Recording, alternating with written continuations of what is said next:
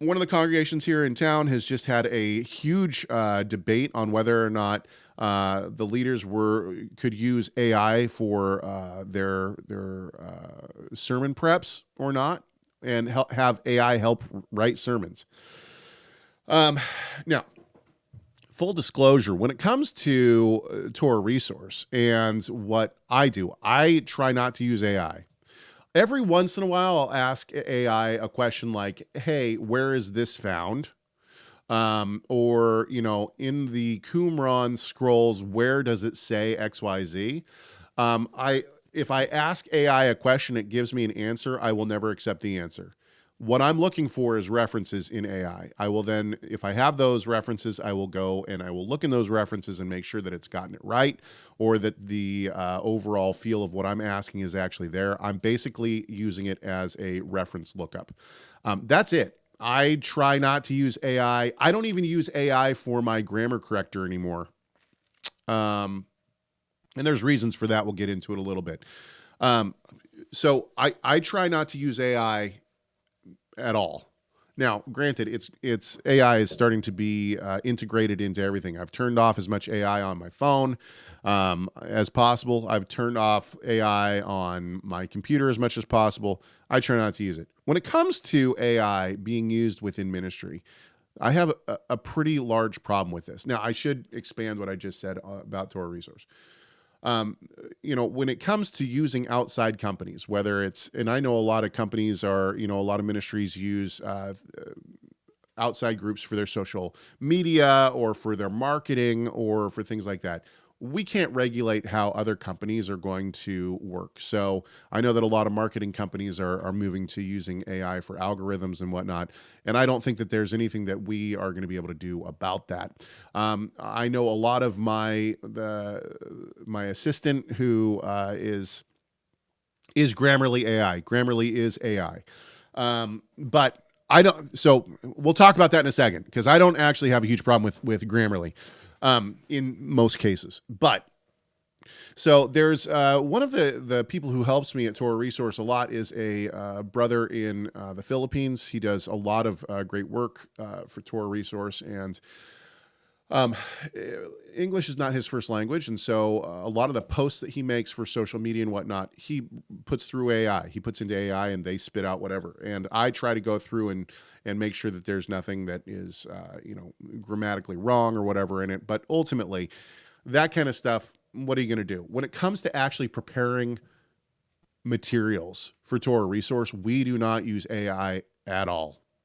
We don't use AI in our books. We don't use AI in our videos. We don't use AI in anything. Now, we do have AI that puts in for social media. If you see our short clips, AI does put in the subtitles below.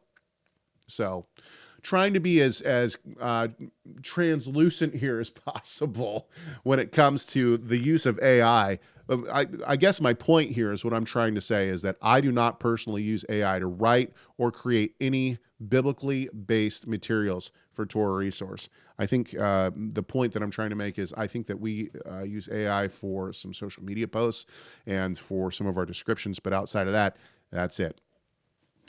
And the John 17 project says AI can be a good for research, but not much else. I completely agree. Chatbot is the worst for bad info. I don't use Chat GPT. I encourage people to always ask AI for links to the sources. Okay, this is exactly what I mean. So when I tend to use either Claude or Grok if I'm going to ask a question, and there's reasons for that. Claude works in original languages a lot better, right? And Grok tends to have some good references to books that are not readily available. And so those are the AIs that I'll ask questions to. The John 17 project is absolutely right, though. I will never take AI's answer at face value. If it tries to give me a quote, or if it says that it's like what you're looking for is said here. Like I'll give you an example. I asked for, I knew that in E.P. Sanders' Paul and Palestinian Judaism, there was a reference to the Qumranis not associating with anyone who is not a part of the Qumran community. And that the only way that they were allowed to associate with people that were not in the community was in trade, to buy things and sell things. I knew that E.P. Sanders had said that, but I couldn't remember where he said it. So I asked Grok, hey, where does E.P. Sanders say this in his book? And Grok said it's on page, 312, I think it was. So I didn't just take that and say, E.P. Sanders says this on page 12. I then went to the book, which I have, and I looked to make sure that Grok got it right. I would never just say, okay, this is what it says. So, yeah, point in hand. Okay. Why do I think that AI is a problem for ministry? Because AI is not human. It would be a little bit like, let's try to give a different analogy. If you had a monkey or a gorilla that knew sign language well enough and could start writing commentaries for you, would you let the gorilla write commentaries for you? And people say, well, a gorilla's not smart enough. Okay, let's say that you got a gorilla that was smart enough. Would you let that happen? My answer would be no. Why? Because humans have the ability to have the indwelling of the Holy Spirit. The Holy Spirit speaks through humans. Now, could the Holy Spirit speak through AI? I suppose if the Lord wanted to use that, he could. But ultimately, when you go from the covenant connection that you have between the human being and God, and you move that to a machine. Continue listening to this conversation by clicking the full show link on the left side of your screen, or check out the video on the right that YouTube thinks you'll like. Don't forget to subscribe to this YouTube channel so you never miss content from Messiah Matters.